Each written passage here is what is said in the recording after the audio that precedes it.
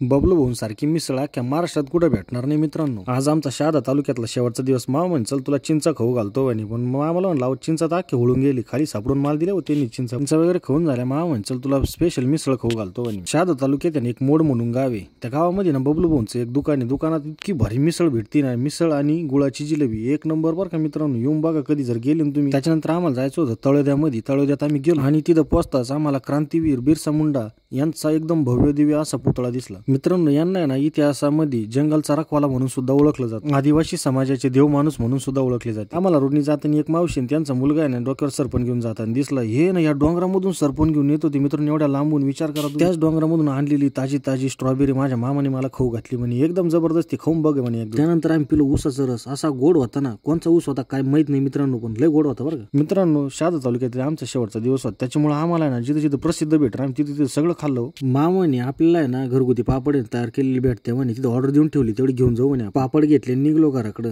जाताना आम्हाला ना थोडीशी भूक लागली होती, त्याच्यामुळे आम्ही ना धुळ्याच्या अलीकडे जेवायला थांबलो होतो। मित्रांनो तुम्ही शहाद्याचं पूर्ण दर्शन तर घेतलंच ना, आता तर फॉलो करून जा नक्की बरं का आपल्याला।